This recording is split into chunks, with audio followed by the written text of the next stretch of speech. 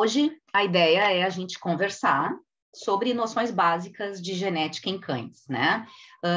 Cláudio já me apresentou, né? Eu coloco aqui a minha formação.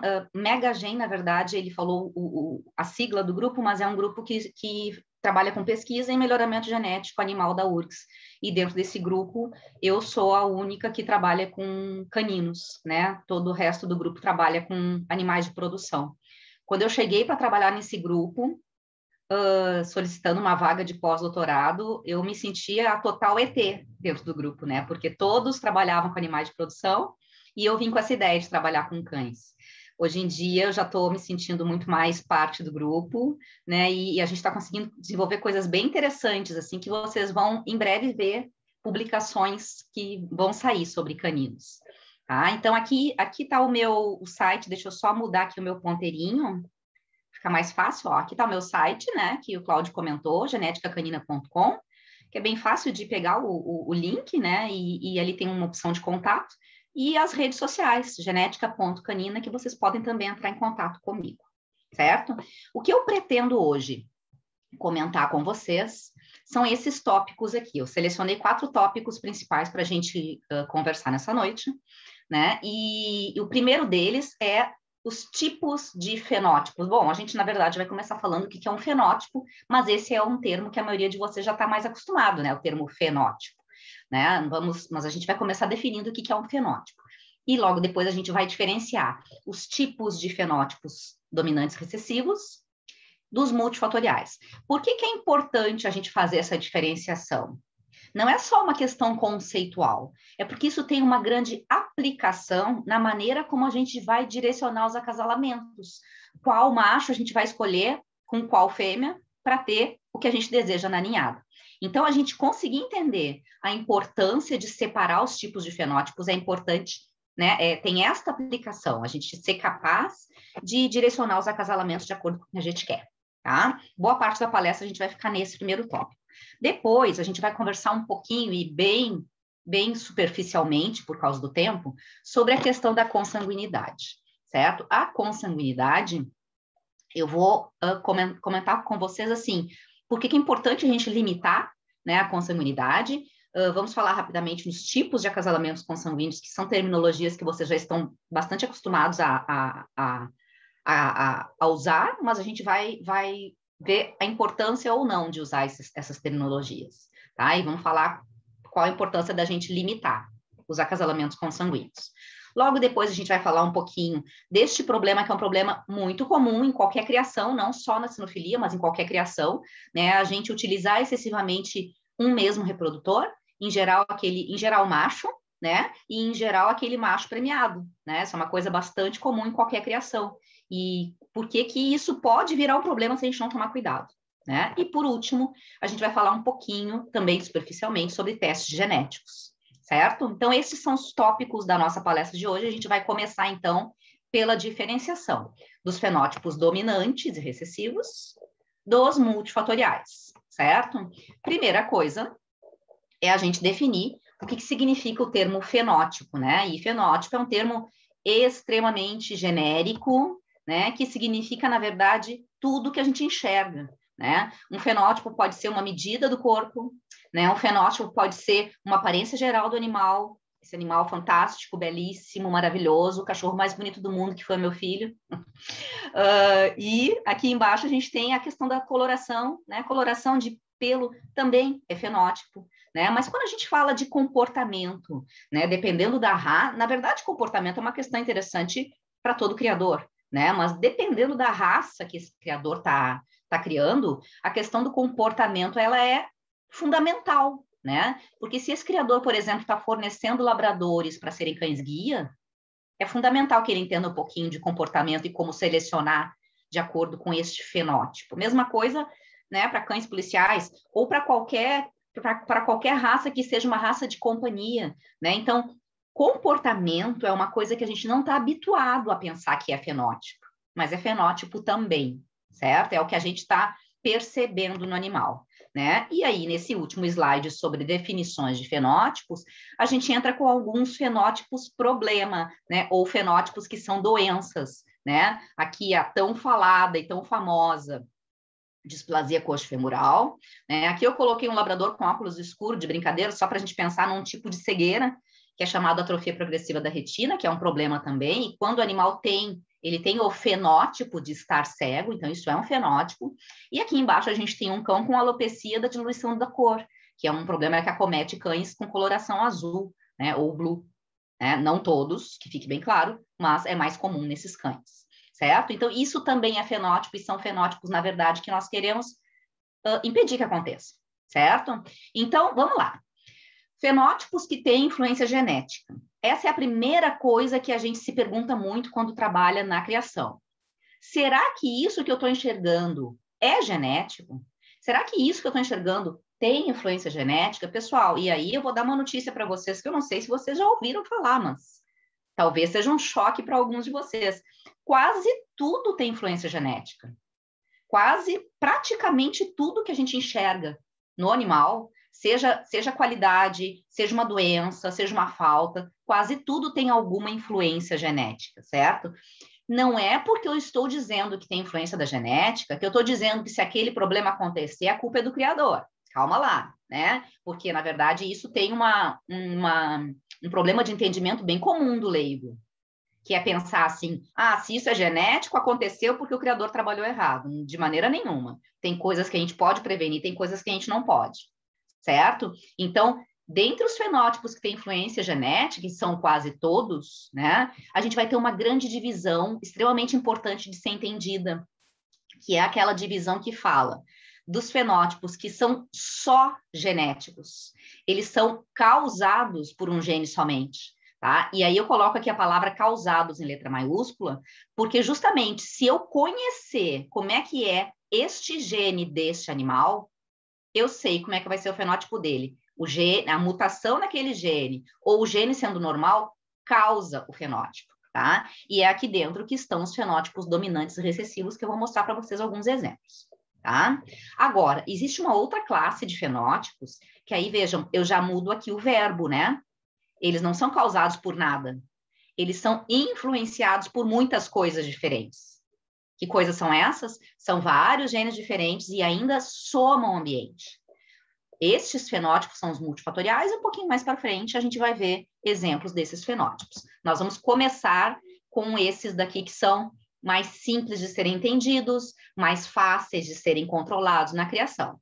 Certo? Então, a gente vai falar dos fenótipos que são ou dominantes ou recessivos. Vamos pegar aqui alguns exemplos, né, de fenótipos dominantes. A gente tem aqui, na raça Landerhund, uma característica, essa raça é extremamente interessante, né, ela tem muitas características que são muito típicas dela e só dela, né, e uma das que, na verdade, até é mais comum é a polidactilia, né, vocês estão vendo aqui, eu aumentei a pata desse cão para chamar a atenção que ele tem ali um sexto dedo.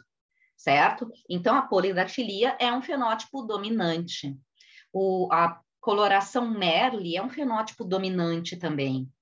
Uma doença do Doberman, que é a cardiomiopatia dilatada, é uma doença, né, obviamente, cardiomiopatia do coração, é uma doença dominante, é uma das poucas doenças dominantes que a gente se preocupa. Tá? A pelagem curta do animal é um fenótipo dominante. Então, vocês estão vendo que eu estou falando aqui de fenótipos que são normais e aqui um fenótipo patológico. Então, não interessa, eu posso ter normal ou doença, existem fenótipos dominantes, tá? Apenas colocando no slide alguns exemplos. E aqui, de novo, alguns exemplos do contrário, do fenótipo que é recessivo, né? A coloração azul da pelagem é um fenótipo recessivo. A atrofia progressiva da retina, presente no labrador e em outras raças, é um fenótipo, é uma doença recessiva. Não deixa de ser um fenótipo, mas como é um fenótipo ruim, patológico para o animal, eu chamo de doença. Aqui a gente tem um pastor alemão com uma das doenças recessivas mais comuns dessa raça, que é a mielopatia degenerativa, né? E que também é uma doença recessiva, certo? Então, e aqui por último, a gente tem na verdade, a mesma raça que eu tinha mostrado para vocês antes, o Chihuahua, com a pelagem longa, fenótipo recessivo. Tá? Então, apenas para a gente pegar alguns exemplos, mas vejam, a gente poderia ficar 1 hora falando só de exemplos, né? Eu escolhi 4 de cada tipo só para ilustrar, tá? E aí, dominante ou recessivo, qual a diferença, né? Como é que eu vou trabalhar de maneiras diferentes na interpretação desses nomes, dominante e recessivo? Então, vamos lá. Então, isso aqui é a genética bem básica mesmo, talvez aqueles que fizeram ensino médio há menos tempo se lembrem lá desses conceitos, mas o que interessa é a gente aplicar aqueles conceitos lá do ensino médio para a criação, tá? Então, primeiro conceito importante, se eu estou falando de um determinado gene, vamos pegar um exemplo, o gene da coloração azul, tá? Se eu estou falando deste gene, todo cachorro que eu olhar tem esse gene em duplicata. Isso não tem nenhuma exceção, né? Por que todo cachorro que eu olhar tem esse gene em duplicata? Porque ele ganhou o gene da cor azul ou de outra cor do pai e o mesmo gene da mãe.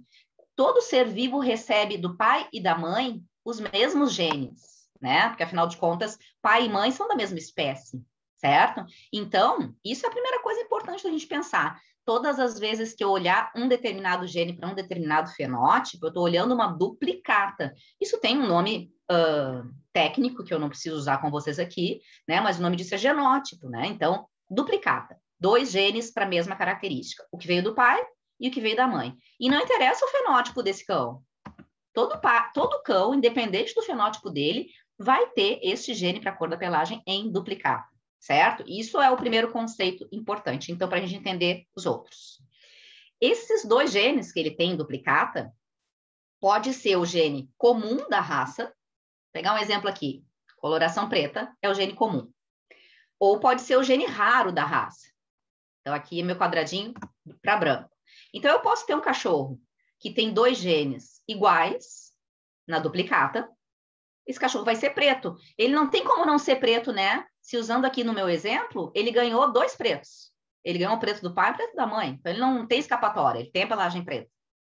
Lá no outro extremo, eu tenho o cachorro que tem a pelagem branca. Por quê? Porque ele também não tem escapatória. Ele ganhou 2 iguais também. Só que são esses 2 iguais de outro tipo, para branco, certo? Então, esses animais que têm 2 iguais, eu não me pergunto sobre o fenótipo deles. O fenótipo só pode ser correspondente àquilo que eles têm na genética. Mas e esse cão aqui? E esse cão que ganhou um gene para a cor preta do pai e outro gene cor branca da mãe? Que cor ele vai ser? Ele não vai ser metade branco e metade preto, né? Então, o que determina a cor deste animal? O que determina é qual é o gene que é dominante, ou seja, qual é o gene que é mais forte, certo? Então, o conceito de dominante tem a ver com a força do gene na duplicata. Eu tenho sempre a duplicata e eu me pergunto, qual é o que aparece?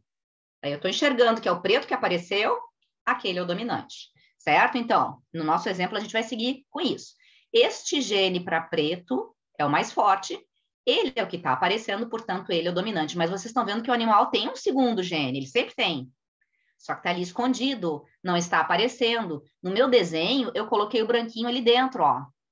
É como se aquele cachorro preto tivesse outro dentro de si, né? Mas, na verdade, ele tem o quê? Ele é portador do gene para branco. Então, este aqui que fica escondido, a gente chama de recessivo. Na verdade, na sinofilia, vocês usam muito o termo fatorado, né? Quando eu comecei a trabalhar com criador, eu nem sabia o que isso significava, porque não é um termo que se utiliza na genética, né? Logo depois é que eu fui entender que o recessivo está ali escondido. Então, quando o cão tem o recessivo escondido, ele é fatorado. É isso, é a mesma coisa, é sinônimo. É o preto fatorado para branco. É o cachorro preto portador do branco.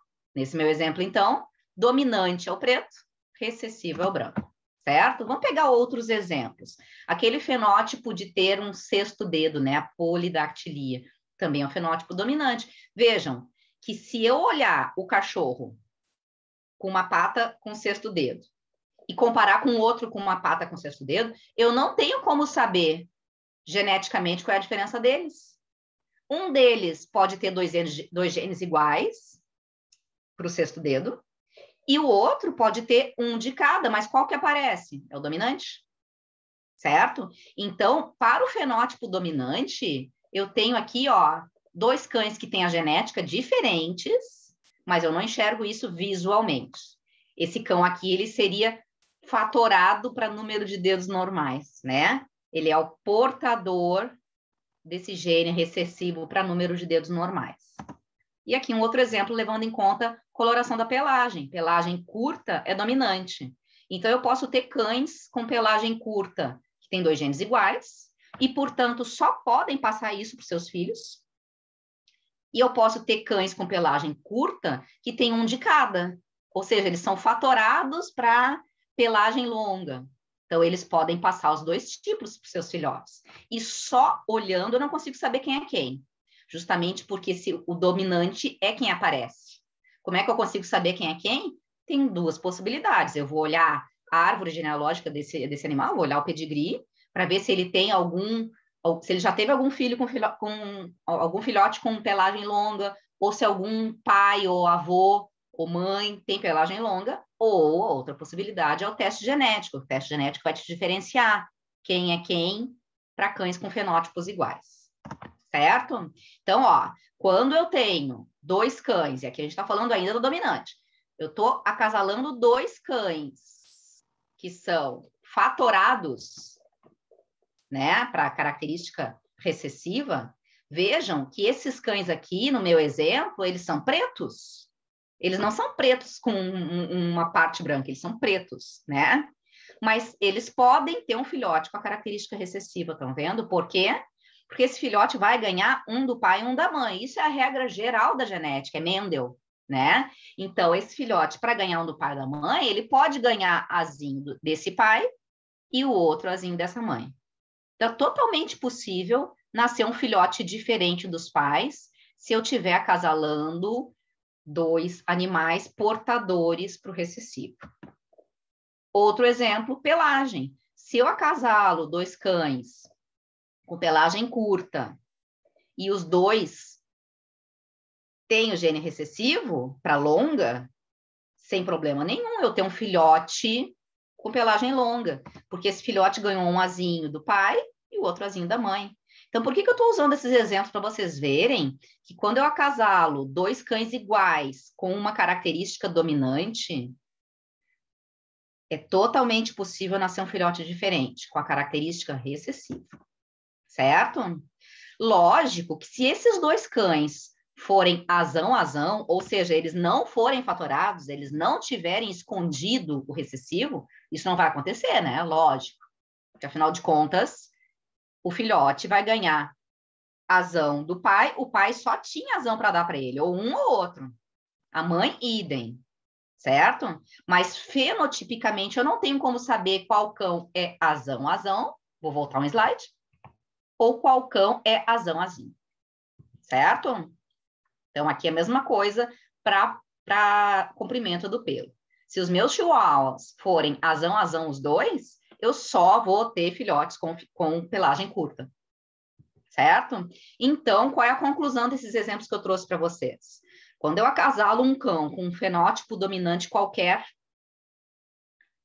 comprimento do pelo, excesso do número de dedos ou a doença dominante em si, com outro igual, na minha ninhada eu posso ter 2 tipos. Eu posso ter filhotes iguais aos pais ou eu posso ter filhotes diferentes, certo? Então, vejam, quando eu estiver falando de doença, e claro, eu vou, para quem já conhece meu trabalho, vocês sabem que o meu trabalho é voltado para a saúde, né?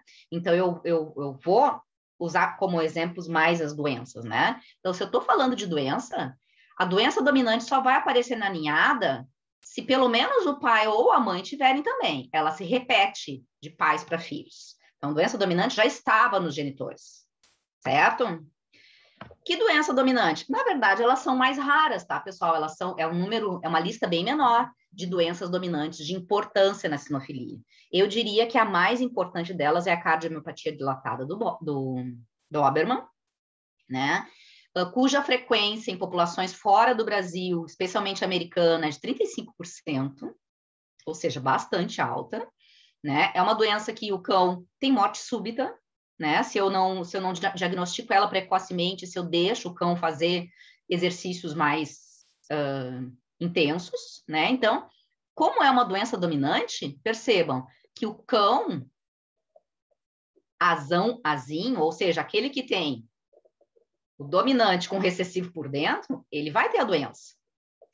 se eu acasalar esse cão com outro igual, o que vai acontecer na minha ninhada? Eu vou ter filhotes desses 4 tipos aqui. A metade deles, eu espero, isso é esperado, a metade deles eu espero que seja igual aos pais, que tenha alto risco da doença e que a doença aconteça na fase adulta.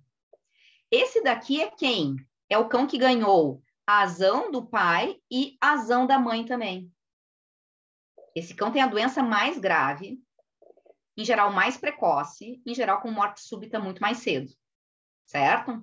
Então, quer dizer, eu acasalar 2 cães com a doença dominante, mesmo que eles ainda não tenham tido sinal clínico, eu vou ter esse tipo de ninhada. Eu posso ter aqui um dentre 4 filhotes saudáveis. Mas vejo que os outros, esse daqui morre super cedo e estes daqui podem ter o problema cardíaco numa idade um pouco mais madura. Ou seja, eu fiz esse slide para a gente pensar que eu tenho aqui um Doberman, que eu coloquei ele iluminadinho, para pensar que ele é um cão maravilhoso. O fenótipo dele é perfeito. Ele é o meu campeão e eu quero reproduzir ele. Só que este acasalamento aqui não é o acasalamento indicado para eu reproduzir este meu cão, certo? Por quê?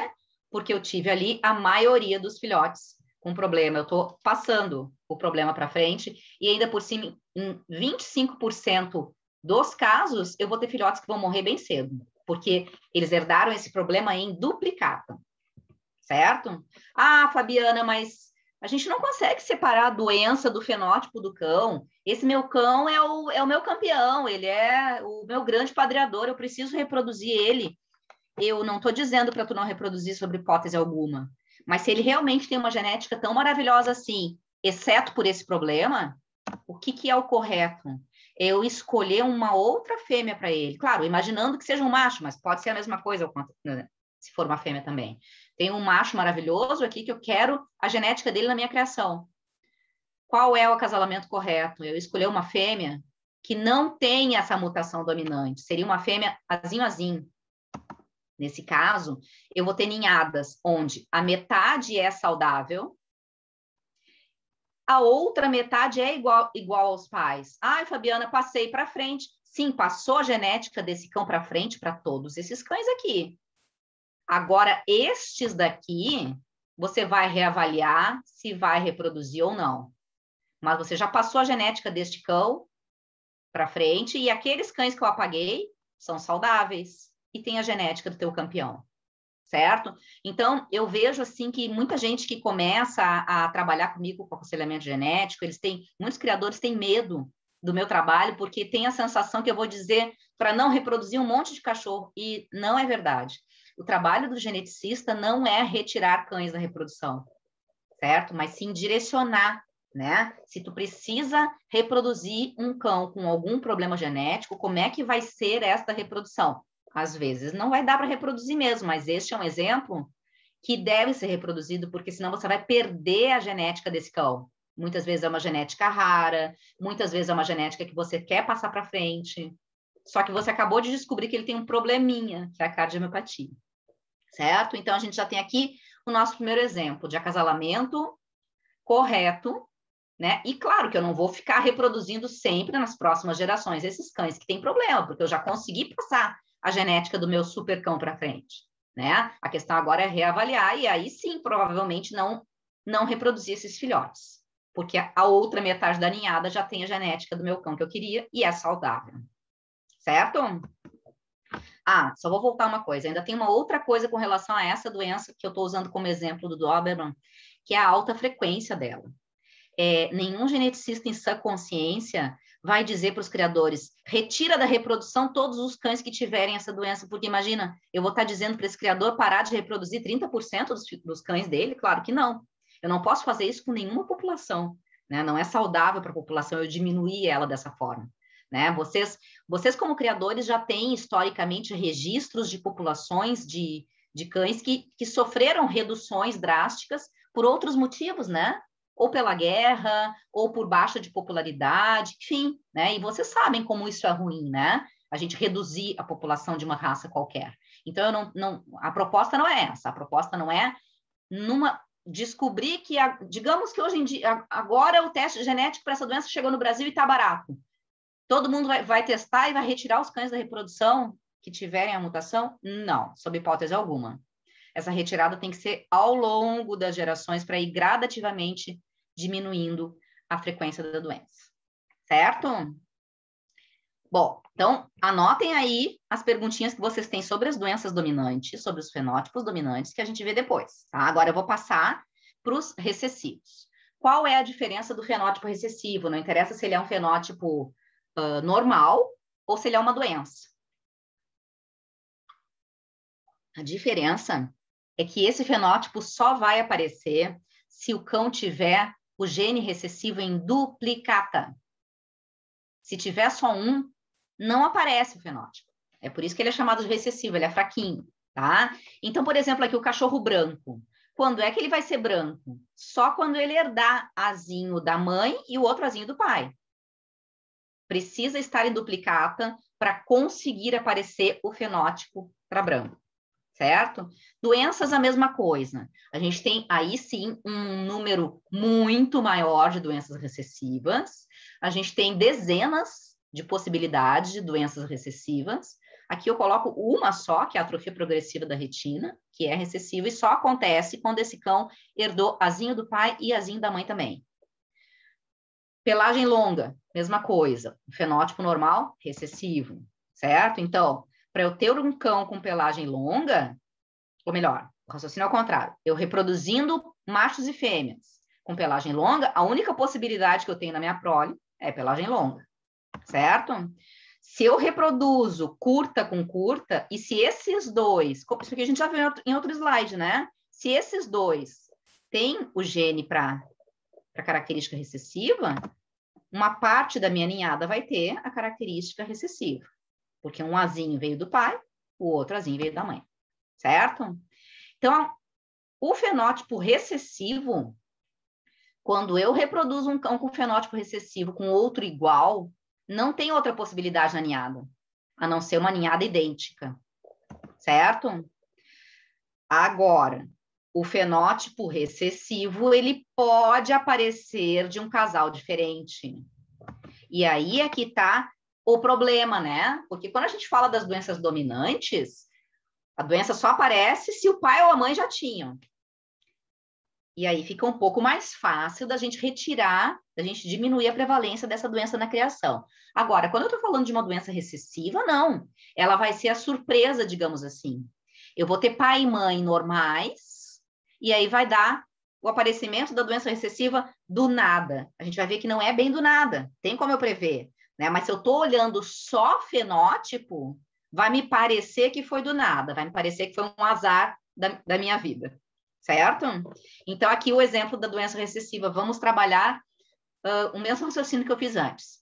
Eu tenho aqui um cão, por exemplo, um labrador, que é maravilhoso, é o meu grande campeão, a genética desse cão eu quero passar para frente, eu estou apostando na genética desse cão, só que eu fiz um teste genético nele e eu acabei de descobrir que ele tem ali escondido o gene para atrofia progressiva da retina.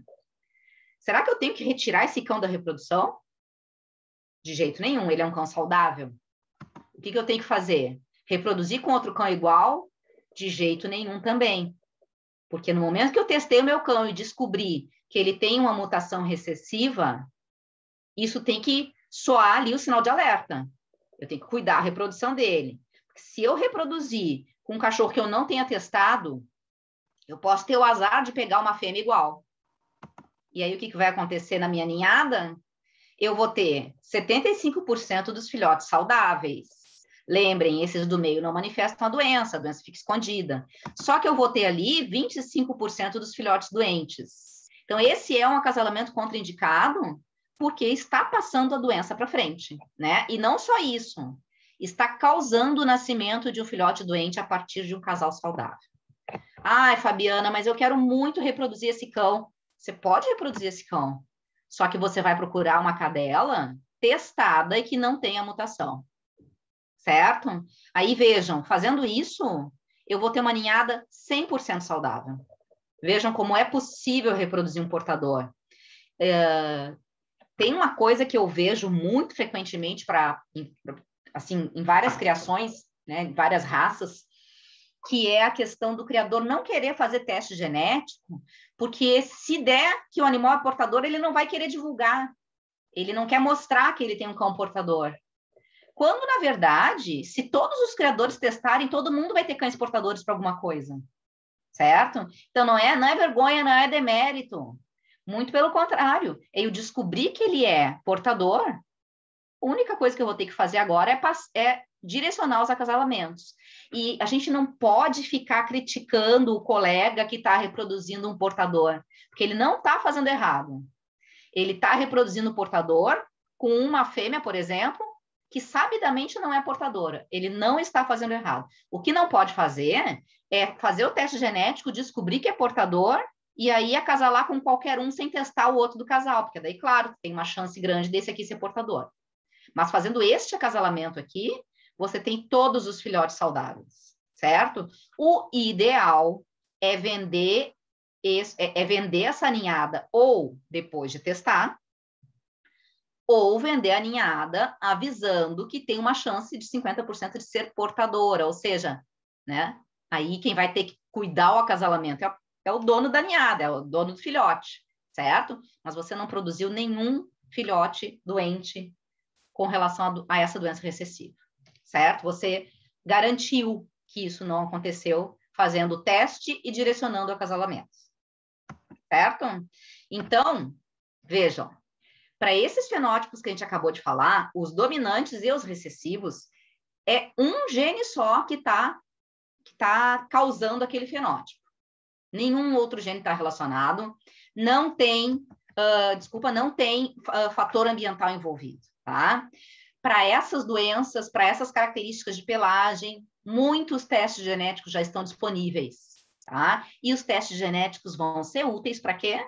Para a gente saber como são os pais e aí direcionar os acasalamentos e ter garantia de resultados, certo?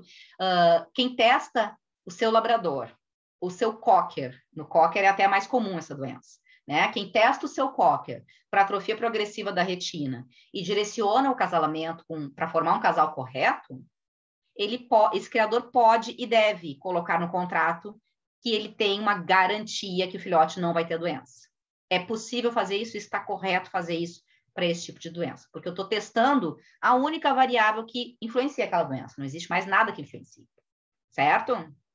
Agora a gente vai passar para o outro lado da moeda, né? Que são as características, os fenótipos influenciados por vários genes e pelo ambiente, são aqueles que são multifatoriais, tá? E aí a gente vai ter, a grande maioria dos fenótipos são assim, tá? Tanto fenótipos normais, e aqui eu coloquei um cão premiado, que está no anuário da CBKC, só para a gente pensar que quando eu estou premiando um cão, eu estou premiando a presença de diversos fenótipos, e a enorme maioria deles é multifatorial, certo? Assim como os fenótipos de comportamento, são multifatoriais também, tá? O que é um fenótipo multifatorial? Bom, a própria palavra já nos conta, muitos fatores diferentes, diversos genes e diversos fatores ambientais. Mas, pessoal, tem muita gente que tem este conceito errado aqui. Muita gente que pensa que tem cães que têm a doença por causa da genética, ou em outros cães a doença pode acontecer por causa do ambiente. Eu já vi, inclusive, médico veterinário falando sobre esse conceito, que a doença multifatorial, ela varia de um cão para outro, alguns vão ter a doença por causa da genética, alguns vão ter a doença por causa do ambiente. Eu já vi isso escrito em site de criador, inclusive. E isso é um conceito totalmente equivocado, tá? O conceito correto sobre a doença multifatorial é que o fenótipo multifatorial, ele acontece por causa do somatório da genética desse cão e dos fatores ambientais que esse cão entrou em contato, certo? Então, aqui eu coloquei 3 exemplos de fenótipos multifatoriais. A altura da cernelha, a agressividade, fenótipo de comportamento, e a displasia coxofemoral. E o que são essas porcentagens aqui embaixo? Essas porcentagens são o peso da genética sobre o que a gente está enxergando. Então, a altura da cernelha tem um peso da genética grande, 60% do que determina a altura da cernelha são genes. Os outros 40% são o quê? Obviamente, a alimentação, atividades físicas enquanto esse cão está crescendo, o ambiente. A agressividade tem um peso da genética menor. O treinamento e o ambiente que esse cão vive pesa mais, mas a genética tem um peso bem grande sobre esse tipo de comportamento. E a displasia coxofemoral, que tem uma variação bem grande entre raças com relação ao peso da genética, mas eu coloquei aqui uma média, tem mais ou menos um peso da genética de 40%. Certo? Então, vejam, se eu estou falando que existe um peso da genética para cada fenótipo, eu estou dizendo que todo cão, quando eu olhar aquele fenótipo, ele vai ter aquele fenótipo em parte por causa da genética, em parte por causa do ambiente, mas é o somatório dos dois sempre. Vamos pegar aqui o exemplo da altura. Quando eu tiver um cão baixinho, ele vai ser baixinho porque, além dele ter a genética para ser baixo, ele cresceu num ambiente ruim. Ele teve uma alimentação pobre, pouca atividade física. Então, é o somatório que determinou a altura baixa desse cão. O contrário também. O cão alto, ele não vai ser alto só porque eu alimentei ele muito e ele fez muita atividade física. Ele vai ser alto porque ele também tem a genética para isso. Então, é o somatório que determina o fenótipo multifatorial. Eu não vou ter nunca um cão que tenha genética para ser muito alto e que seja mini. Ele pode ser um cão no meio do caminho, mas ele não vai ser um cão pequenininho. Certo? E o contrário também é verdadeiro. Então, os extremos eu consigo saber sobre a genética do cão. O problema é saber o meio do caminho aqui. Os do meio do caminho, como é que é a genética deles? Se eu estou vendo o somatório da genética do ambiente no fenótipo. Tá? Então, para fenótipos normais, e a gente está usando aqui a altura da cenelha como exemplo, um casal de dois, como é que eu vou direcionar os acasalamentos? Isso aí é uma coisa que não é novidade, né? É uma coisa que vocês estão cansados de saber e sempre fizeram na sinofilia. Se eu acasalar uma fêmea baixinha com macho baixinho, eu não vou ter todos os filhotes baixinhos. Eu posso ter filhotes um pouco mais altos, mas vai ser muito difícil que eu tenha um filhote super alto. E vice-versa, certo? Então, é útil escolher pelo fenótipo, quando este é multifatorial, é útil. Vocês fazem isso o tempo inteiro na criação. Só que nem sempre vai ser 100% efetivo na minha ninhada, porque eu não estou vendo necessariamente no fenótipo o resultado da genética, certo? E a doença multifatorial, né? A gente vai usar agora aqui essas figurinhas. O meu cachorro doente vai ser vermelho e o meu cachorro saudável vai ser o branquinho. Quais são as doenças multifatoriais? Muitas, muitas, muitas e muitas, certo? Eu coloquei aqui apenas os exemplos mais comuns, mas praticamente tudo que vocês me perguntarem, Fabiana, tem influência da genética? Praticamente tudo eu vou dizer, sim, tem. E não é porque eu estou dizendo, não, é porque eu vou na literatura científica e eu detecto lá, né? Na verdade, a diferença do profissional é essa, né? A gente saber onde procurar, né? Onde é que está a informação correta, né? E para cada uma dessas doenças que eu coloquei aqui no slide, eu já fui atrás e existem artigos comprovando que elas têm influência da genética, certo? Então, várias e muitas outras, tá? São doenças multifatoriais. O que significa o cão ter a doença multifatorial? Vamos pegar o exemplo da displasia coxofemoral, que é o exemplo que eu mais tenho trabalhado ultimamente, e também é o exemplo que a maioria de vocês tem interesse, né? Então, um cão com displasia coxofemoral. Este cão que manifesta a doença no fenótipo, ele só está manifestando porque ele tem a genética para a doença e porque ele somou o ambiente para a doença. A gente não consegue saber se ele, qual é o peso dessas coisas para o cão, né? O cão pode ter um pouco da genética para a doença e ter vivido num ambiente péssimo, e daí ele manifestou a doença. Ou o contrário, ele pode ter bastante genética para a doença e precisou só um pouquinho do ambiente ruim para ele manifestar a doença. Eu não tenho como saber. Mas o fato é que para o cão ter a doença multifatorial, ele tem que ter alguma genética para a doença, certo? Ou seja, este cão tem a genética para a doença. Desculpa dar essa má notícia para vocês, mas quando eu tenho um cão com uma doença multifatorial, ele é a minha única certeza. Eu tenho certeza que ele tem a genética para a doença. ele acabou desenvolvendo a doença porque ele somou também com o ambiente. Mas casos em que a doença é só ambiental, são exceção.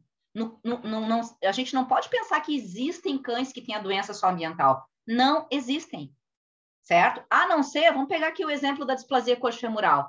Esses dias eu recebi um e-mail de um criador de pastor alemão que me disse que o filhote, ele reproduziu um casal, ele teve uma ninhada maravilhosa, ele escolheu um filhote para ficar com ele que era muito promissor.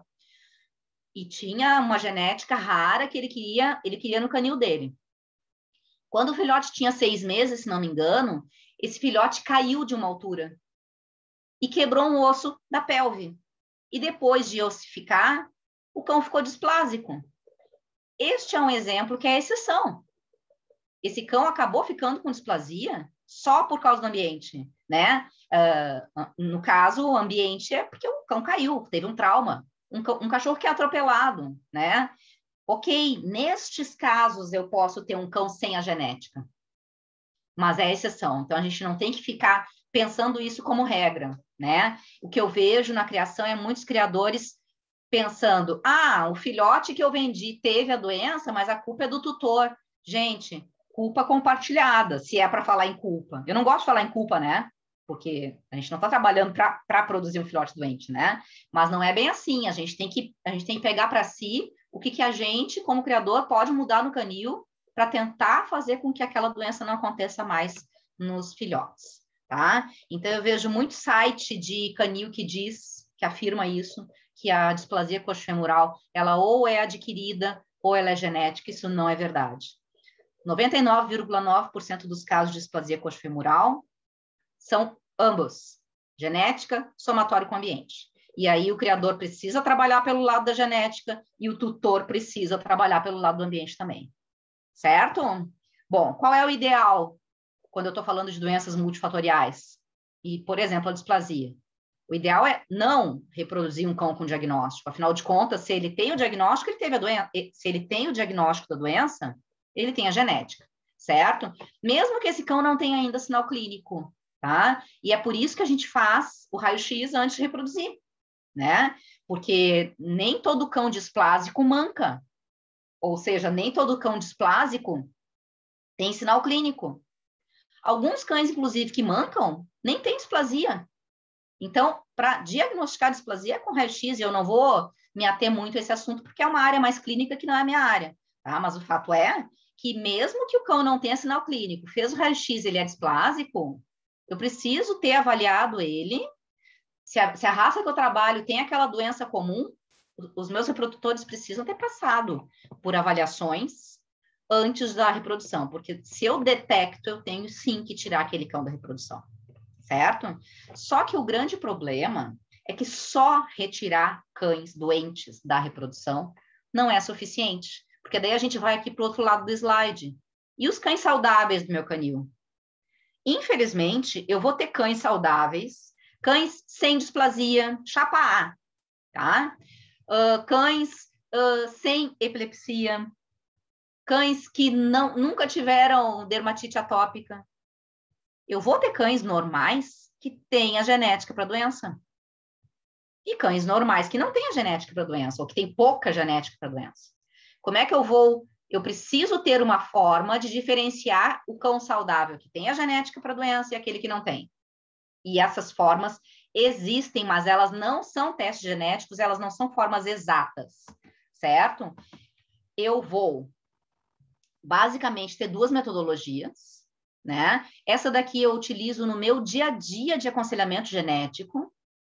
Eu avalio, além do fenótipo do cão, os raios-x dos pais e avós e de outros parentes que o criador consegue me fornecer, tá? E existe uma outra metodologia que, por enquanto, ainda está só em nível de pesquisa, mas eu acredito que nos próximos anos vai estar disponível para o criador, que são os valores genéticos, tá? Essa daqui é fácil de fazer, contanto que o criador me dê os laudos. Essa daqui é muito mais complexa, envolve análise estatística e vai ser mais exata, certo? Se eu consigo avaliar os pais, os avós e os parentes dos meus cães saudáveis, eu consigo direcionar cruzamentos e eu tenho melhora dos resultados. alguma melhora nos resultados. Mas como isso não é uma coisa muito exata, ainda não é o suficiente. Tem artigos científicos que mostram que não é suficiente fazer só dessa forma. O mais eficiente mesmo é quando a gente começar a utilizar os valores genéticos, né? E aí sim eu vou ter um grande sucesso no melhoramento das doenças que eu quero diminuir na minha criação, tá? Só que para isso eu preciso de participação profissional, porque eu envolvo, para eu ter valores genéticos dos meus cães, eu preciso fazer muita análise estatística, coletar muitos dados. Esse é o meu trabalho atualmente dentro do grupo de pesquisa. A gente está trabalhando com valores genéticos para displasia coxofemoral em diferentes raças, e a literatura internacional já mostra que é assim que é o futuro para a gente selecionar reprodutores, certo? Bom, então, para a gente finalizar essa questão dos fenótipos multifatoriais, meu Deus, tô aqui pensando o que eu vou deixar de fora da palestra. Para a gente deixar, para a gente ir finalizando, então, a gente vai ver que nos multifatoriais, além de muitos genes influenciarem, são genes que ainda não são conhecidos. Existem fatores ambientais que influenciam a doença também. E justamente por causa disso aqui, ó, dos genes ainda não serem conhecidos, não existe teste genético, certo? Então, se eu falar de qualquer doença multifatorial, é impossível eu garantir resultados. Portanto, se você, criador, está colocando no seu contrato de compra e venda uma garantia para displasia coxofemoral, retire essa garantia. Você não pode garantir. Você pode colocar um item no seu contrato falando que você faz de tudo o que é possível, que você faz o que as ferramentas disponíveis possibilitam para diminuir a chance de displasia coxofemoral. Mas não garanta, porque você não pode garantir. Por mais que você nunca tenha tido filhote displásico, vai acabar acontecendo em algum momento, dependendo da raça, é claro. Certo? Então, gente, isso que nós conversamos até agora é o meu trabalho de aconselhamento genético, é a gente pegar os dados dos pais da futura ninhada e ver se aquele casal está adequado mesmo para ser reproduzido. Certo?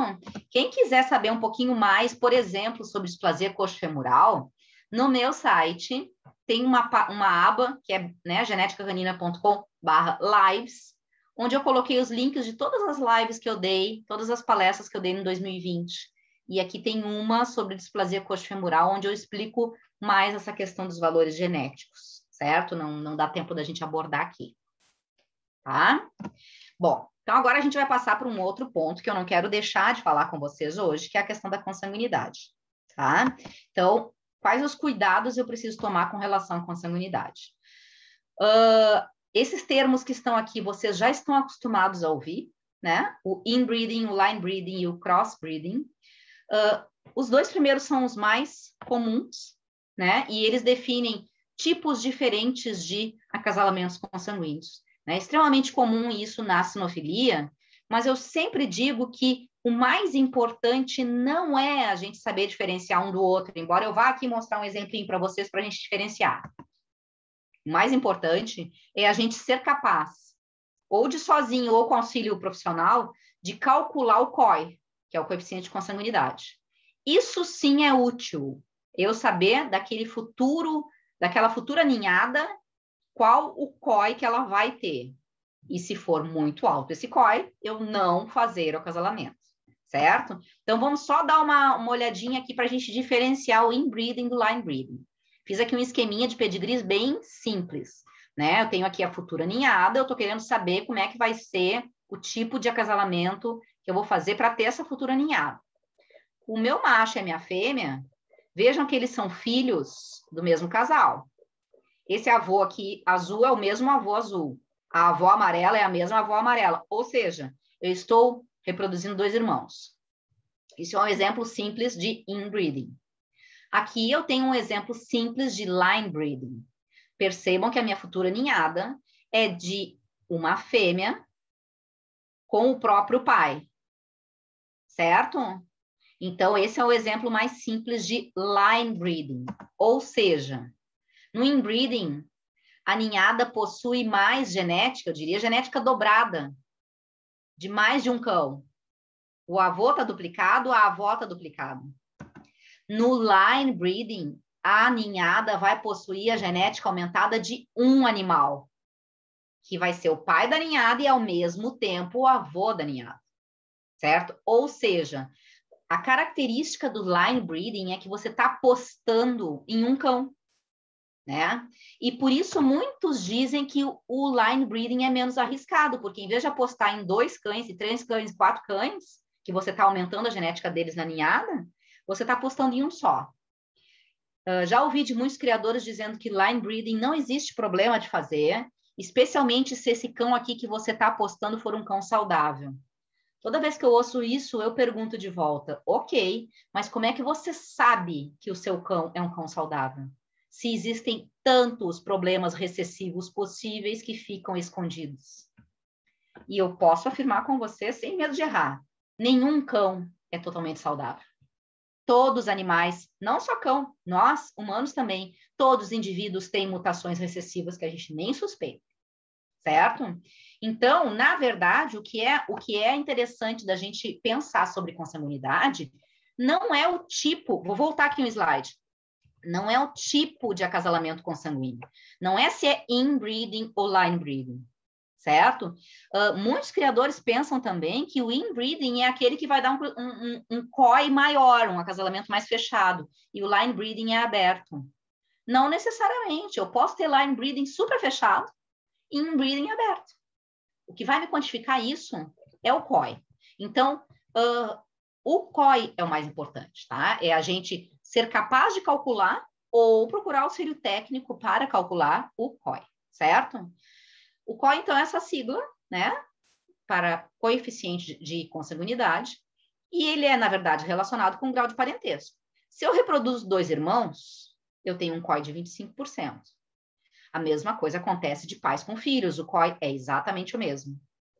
Apesar de muitas fontes dizerem que o COI é diferente, muitas fontes dizerem que pais com filhos é menos do que entre irmãos, pessoal, não é. Em ambos é 25%, tá?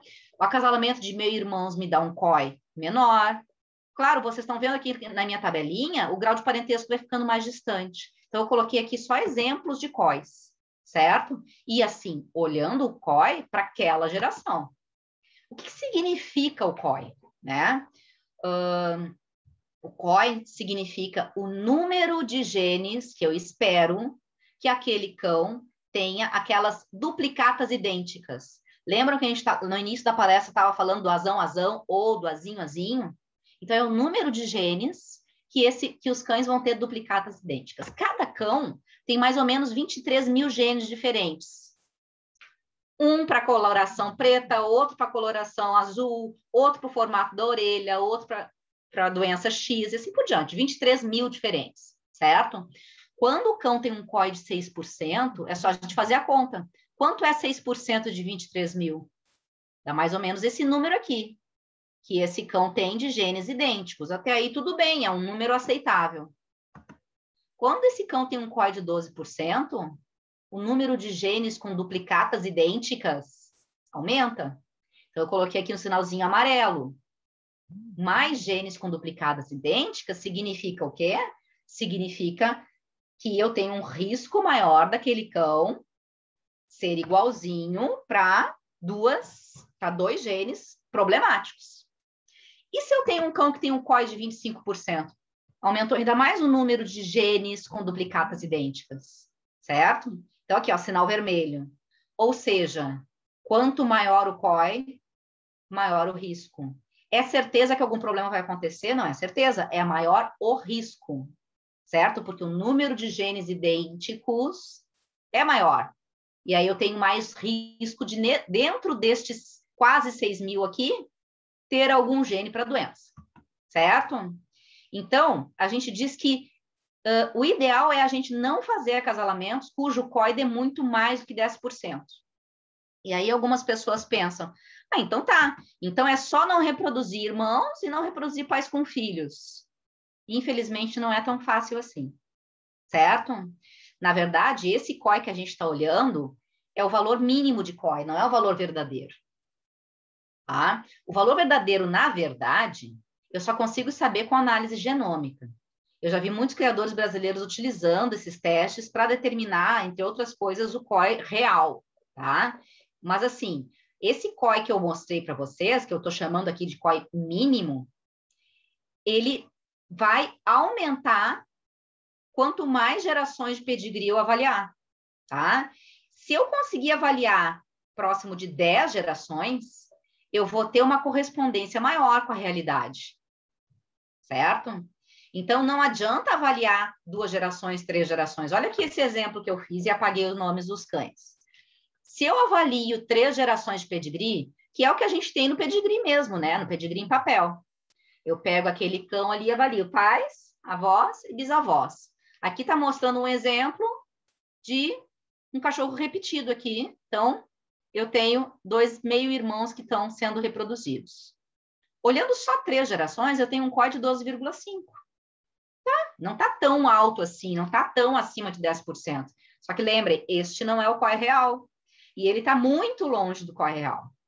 Se eu olhar 5 gerações, vejam, as cores repetidas são cães repetidos aqui no meu desenho. Olhando 5 gerações, esse COI já sobe para quase 19%. Olhando 10 gerações, que é o ideal, eu tenho um COI de 30%. Este aqui é o COI mais real, não é o primeiro, certo? Então, ó, qual é o problema de ter um COI muito alto? O que já está comprovado que aumenta de problema quando eu tenho consanguinidade elevada? Eu tenho mais chances de doenças recessivas, né? Dentro daqueles milhares de genes que o cão é idêntico, tem a duplicata idêntica, quais são relacionados à doença? Né? Não tem como a gente prever.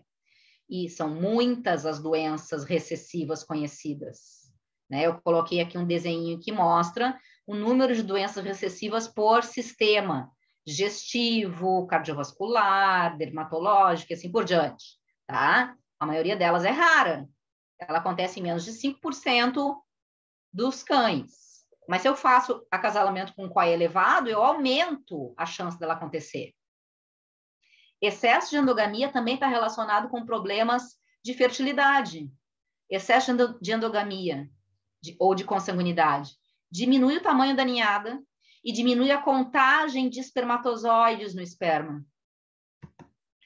Também diminui a expectativa de vida. Existem artigos que mostram que a cada 10% de aumento de COI, eu tenho menos 7% de longevidade. Eu também tenho aumento de problemas do sistema imunológico. E aí, se eu tenho um sistema imunológico que não está funcionando corretamente, eu vou ter todos esses problemas relacionados ao sistema imunológico e outros. Vocês estão vendo que são coisas do nosso dia a dia, são coisas comuns, não são coisas raras que a gente nunca ouviu falar. Câncer. Não existe um único artigo que comprove, pessoal, que ração dá câncer, apesar de algumas alegações.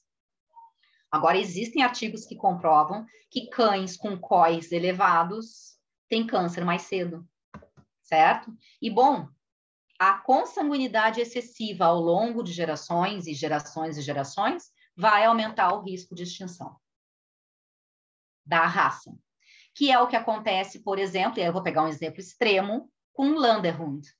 O Landerhund é a raça canina conhecida que tem o COI médio maior, é um COI médio de 80%, um pouquinho mais de 80%. O que acontece com essa raça? Todos esses problemas que eu listei aqui para vocês. A reprodução deles está extremamente difícil e como eu tenho uma consanguinidade extremamente elevada, eu acabo tendo dificuldade para baixar essa consanguinidade nas próximas gerações, certo? Então, o aconselhamento genético pode ajudar na escolha do casal no sentido de ter um COI dentro da normalidade na próxima geração. Tá? Certo? Eu trouxe aqui nesse slide algumas indicações de leituras para vocês, né? Na verdade, 2 palestras sobre consanguinidade que eu dei no ano passado, que está no item Lives do site também.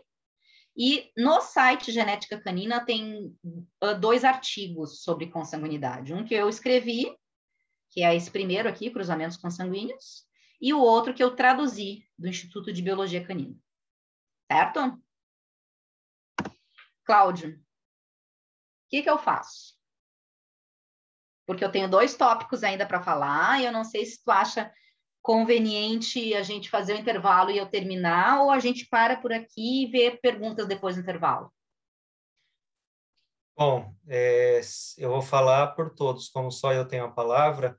Se possível, continua, tá, Fabiana? Porque está muito interessante. Que bom, eu O quero pessoal está continuar. gostando bastante, então, se tudo bem por você, seguimos. Tá, vocês querem finalizar a palestra ou querem fazer um intervalo?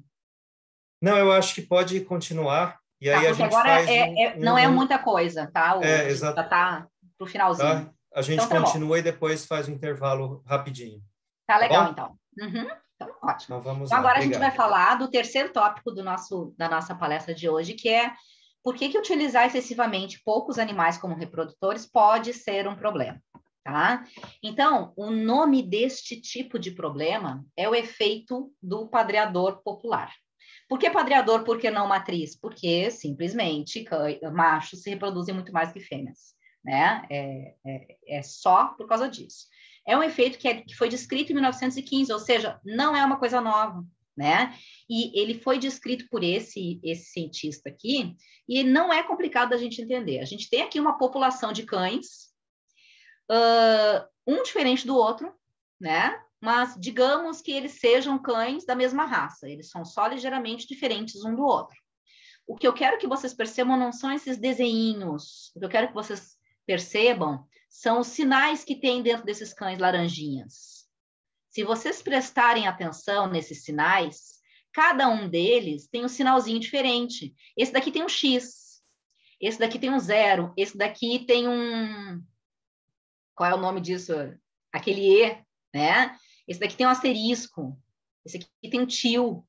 O que este desenho está mostrando? Está mostrando que numa população normal, cada animal tem mutações recessivas, ou seja, mutações escondidas, que são diferentes de mutações do seu coleguinha. Isso não é uma coisa só de cachorro, como eu falei há pouco. Na nossa espécie é a mesma coisa. Todos os indivíduos têm mutações escondidas, diferentes uns dos outros, certo? Só que aí vem o ser humano e quer homogeneizar essa raça fenotipicamente falando, né? Esse ser humano, ele faz exposições, somos nós aqui, né? Fazemos exposições e premiamos alguns cães com o fenótipo que a gente mais gosta. Então, este cão aqui, digamos, ele passa a ser o meu super campeão, famoso, né? Eu coleto esperma dele, eu congelo esse esperma e eu mando esse esperma para o mundo inteiro. Eu reproduzo esse cão aqui muito mais do que os outros. O que vai acontecer? Metade dos filhotes deste cão na próxima geração terão a mutação ali laranjinha, a bolinha laranja. Aqui está a população na próxima geração. O que aconteceu com essa população? Os outros cães, coitadinhos, tiveram ali 1, 2 ninhadas. Deixaram filhotes com as suas mutações também. Mas o meu super campeão deixou um monte de filhote com a mesma mutação. Até aí, zero problema. Eu não estou enxergando nenhum problema. Só que estes cães aqui, todos eles continuam se reproduzindo. E vejam que agora, nesta população, nesta geração, é muito frequente cães portadores dessa mutação. O que vai acontecer na próxima geração? Vai nascer alguns cães que tenham essa mutação em duplicata. Aqui está um, aqui está outro, aqui está outro, certo? E mutações recessivas em duplicata, o que acontece? O problema aparece, o fenótipo aparece, certo? Mas nessa geração aqui, eles ainda são poucos.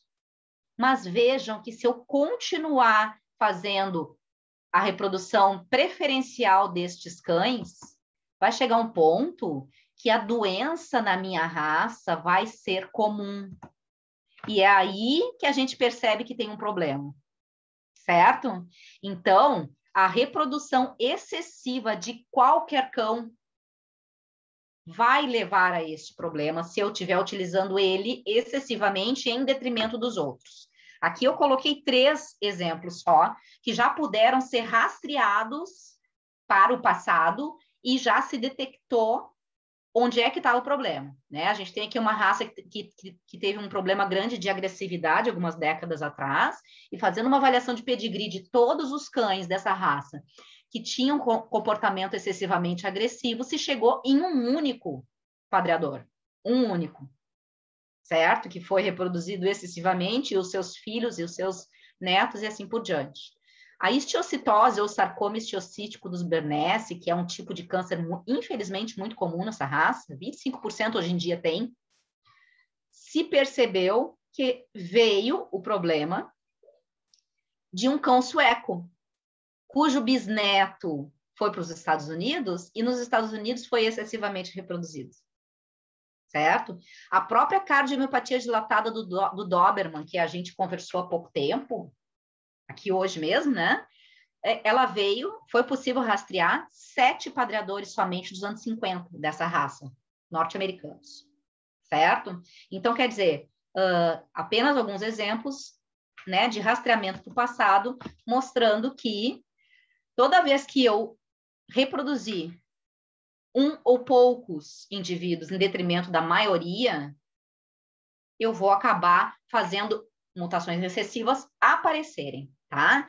Não adianta detectar a mutação e excluir aquele cão portador, e aí voltar e repetir o mesmo processo a partir de um outro padreador superpopular, né? O ideal é a gente fazer a reprodução de uma maneira mais equilibrada, por mais que eu acabe reproduzindo cães que não sejam os top de linha, eu estou reproduzindo os melhores, ok, mas não só o melhor, certo? Não excessivamente o melhor, tá?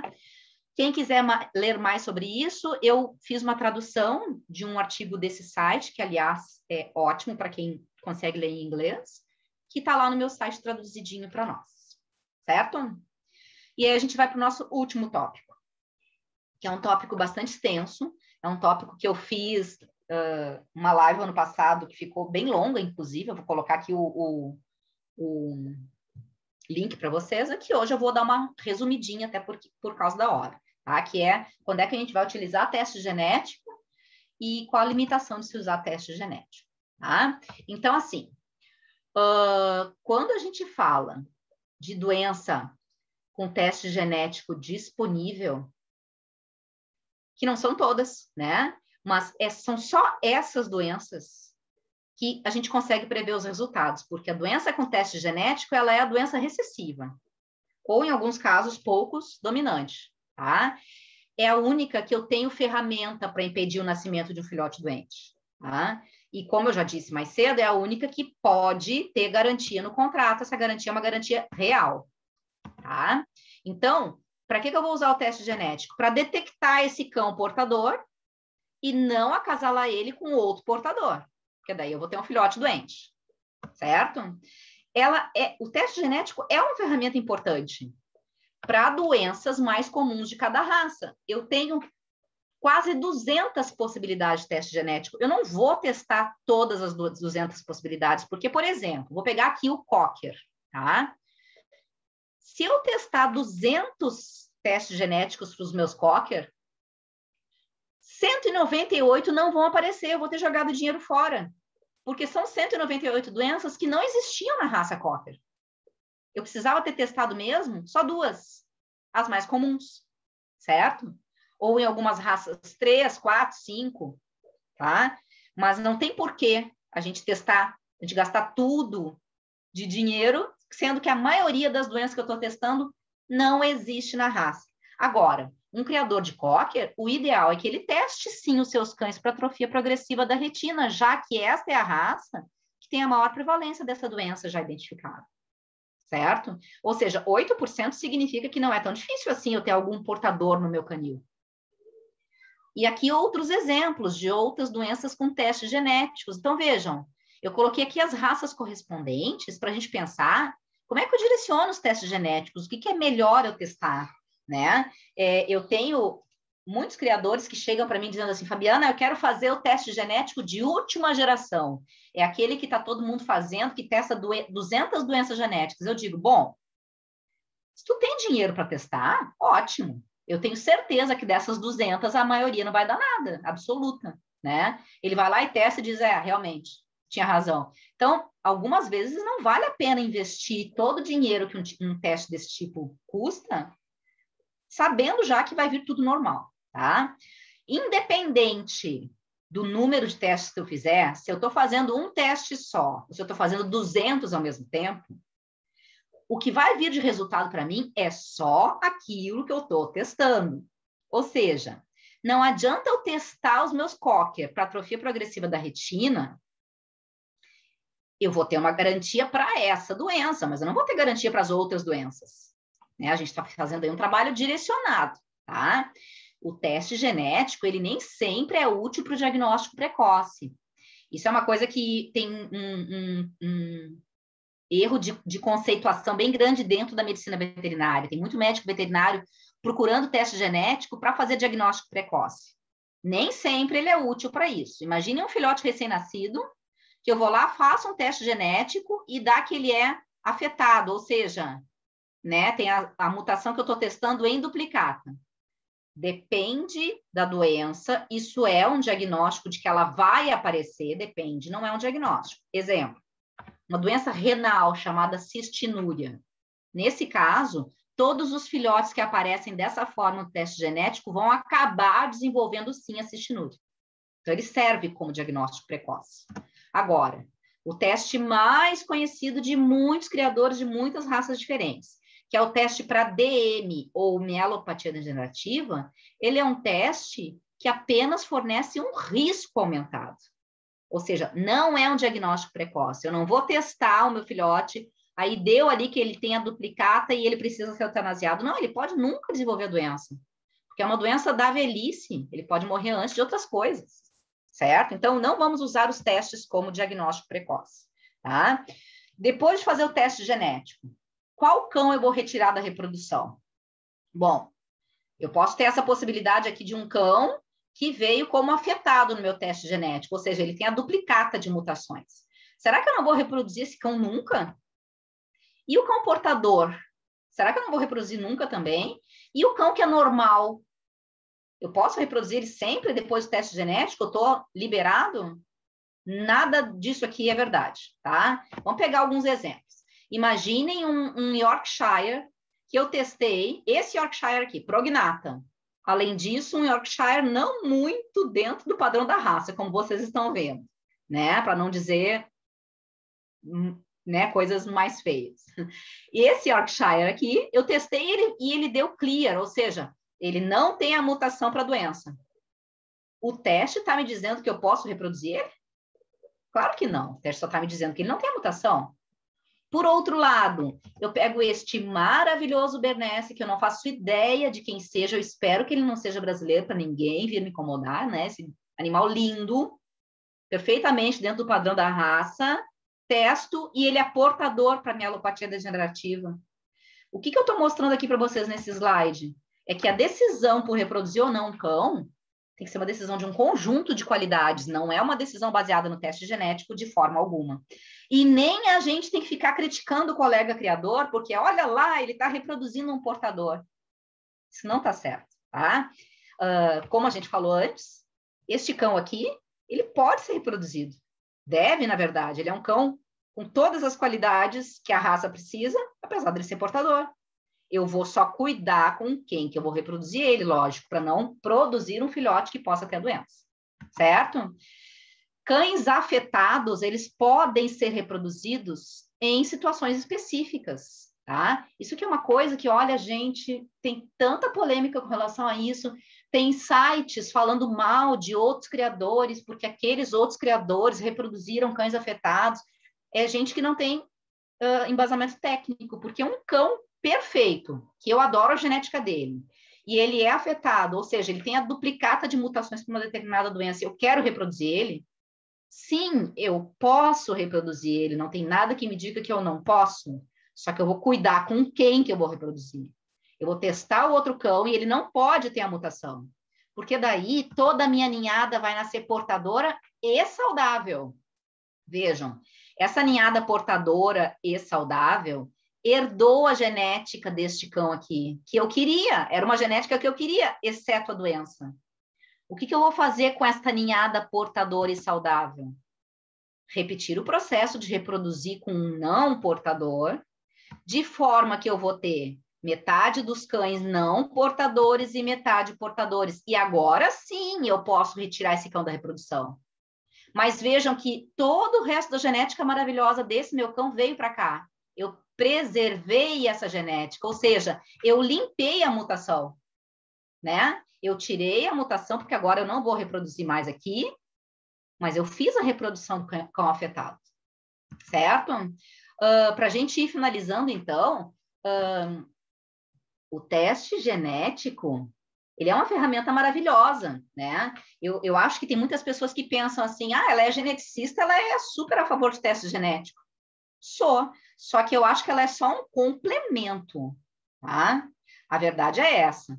É uma ferramenta muito boa, mas o criador precisa continuar avaliando possíveis problemas de saúde com exames clínicos, né? Porque ele está fazendo teste genético, porque ele está liberado de fazer qualquer outra coisa na criação. Porque, por exemplo, o Golden, a displasia está presente em 20% dos cães. A atrofia progressiva da retina em 1% dos cães. Eu não vou fazer só o teste genético para aquilo que é mais raro e deixar de fazer o raio-x para controlar a displasia. Certo? Além disso, último detalhe. Não adianta nada eu fazer um teste genético e, por exemplo, garantir que a ninhada não vai ter mielopatia degenerativa, mas a ninhada tem um COI de 35%. Ou seja, mielopatia degenerativa ela não tem, porque eu testei os pais. Mas ela tem 35% de chance de ter outras doenças. O que adianta eu ter testado para uma doença? Por isso que eu coloco aqui essa figura, tá rasgando dinheiro, né? Porque está garantindo a ausência de uma doença, mas está aumentando a chance de outras doenças acontecerem. Certo? Então, eu falei para vocês que eu ia colocar aqui um linkzinho, os links, né, para onde ler mais sobre a questão dos testes genéticos. Aqui no meu site tem um texto que eu escrevi e tem uma live, um endereço de uma live que eu ministrei no ano passado pelo Kennel Club do Rio Grande do Sul. Certo? Então, a orientação para testar, qual teste fazer, quais cães testar e o que fazer com os resultados é aconselhamento genético, tá? É isso que é o meu trabalho, tá? Convido vocês, então, para a gente finalizar, a visitar o meu site. Ele é um site que, na verdade, eu criei para tutores que estavam interessados em comprar um cão, né? Então, ele vai falar de diferentes raças, como identificar um criador que está trabalhando para a saúde de cada raça, quais são os riscos, mas eu acabei criando áreas para criadores. Então, aqui tem uma área para criador e aqui tem a área do aconselhamento genético, que tem bastante informação sobre, para vocês lerem também informação de como é que funciona o meu trabalho, certo? Vai ser um prazer se vocês puderem dar uma olhadinha no meu trabalho no site.